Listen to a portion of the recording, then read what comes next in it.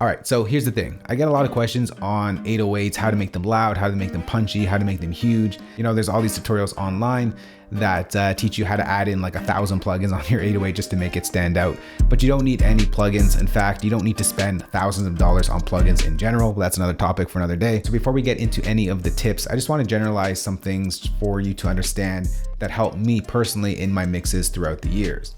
So when you approach a mix, you want to think of it as like a Lego build. When you build Lego, you get all these blocks, and in turn, over time, it turns into something complete. Each one of those sounds is like a Lego block, and each one of those Lego blocks need to fit with each other to make the whole entire track sound really good. So tip number one, if you have too many sounds that are living in your 808 space, your sound is going to sound muffled, it's going to sound quiet, it's not going to sound punchy nor loud.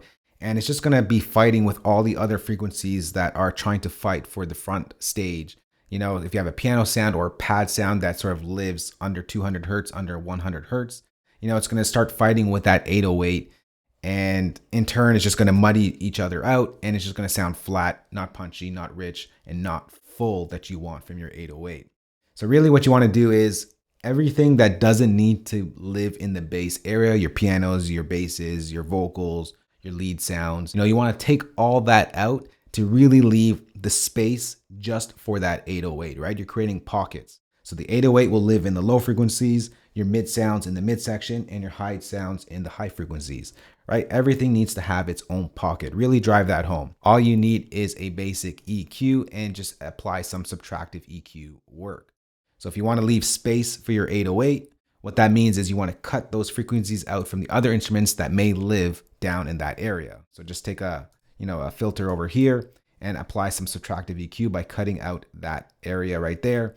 And you're going to see the more instruments that you cut out that rumble, that bass out of, your 808s is going to start to pick out and shine through in the mix on its own. All right, so tip number two, I find a lot of sessions, a lot of sounds from a lot of producers is a lot of the sounds are really, really loud, and it just starts to muffle everything out. The way I approach it is if I want my 808 to stand out in the track, more punchy, more body, cut out all the EQ from the other tracks and make the 808 a little bit louder in the mix. So sit a little bit on top of all the other instruments. This way it causes this to be heard a lot more prevalent and all the other sounds sort of accompany it in the background. Also, another way to think about it, back in the day, they didn't have any mixing boards, all this fancy stuff that we have today. What they did was if they wanted something louder to be in the mix, they would put that instrument closer to the microphone. If they wanted something a little bit more quieter in the mix, they would push it a little bit more further back. If they wanted something over to the left or the right, they would push it, the person or the instrument over to the right and over to the left. Like that's how it was done. Everyone was standing in its place as they wanted it to sound in the mix. All right, tip number three, your samples have way too much tail that are overlapping the 808 as well. So if you are fighting to get your kick and your 808 to work together nicely, there are a couple of reasons why that is happening.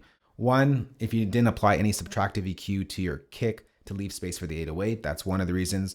Or two, your kick's tail is actually too long that is sort of blending and muddying up the 808 tail as well. So what you want to do is make your kick or samples that live on top of your 808 a lot snappier. This way it gives the 808 more body. If you're using Logic's Quick Sampler or any sampler that you use to load in your kick, what you want to do is cut off a lot of the tail end of the kick if you find it to be a little long. What I like to do on my kicks, once again, make it a little bit punchier. I bring it back here, soften it up so there's no clicks, right? So what that's going to do is going to give a little quick snap of punch on the 808, but the 808 still tail is going to give you that body of that sound. And that's what's going to make it loud and fuller in the mix as a whole. So tip number four, when you're mixing, the placement of the sounds from left to right, stereo spectrum is very important. For bass, you usually want to hit down the middle center, but all the other instruments don't need to live in the center, right? So once again, you're creating space for that 808 to live, and in turn, that 808 will get a lot larger, a lot bigger, and a lot more apparent to the listener. And it's not going to get muddied out by everything. So if your 808 is just hitting down in the center along with the vocals, you can move your sounds around it to leave, once again, space for that 808 to hit harder, right? So your pianos don't have to live in the center. The lows of the pianos can live on the left side.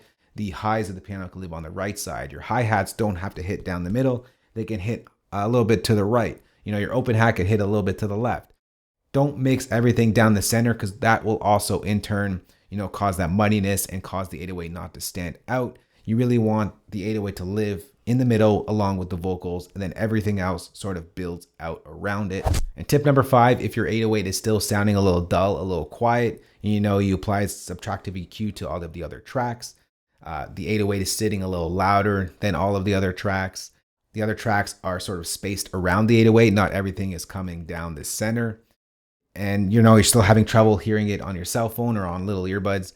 Add in some distortion, add in some saturation on your 808. What you can do within Quick Sampler, if that's what you're using, you can just pull in a little bit of drive on it, and that will give it a little bit more body. You could also bring in Logic's Fat Effects plugin, and you can use the distortion section over here.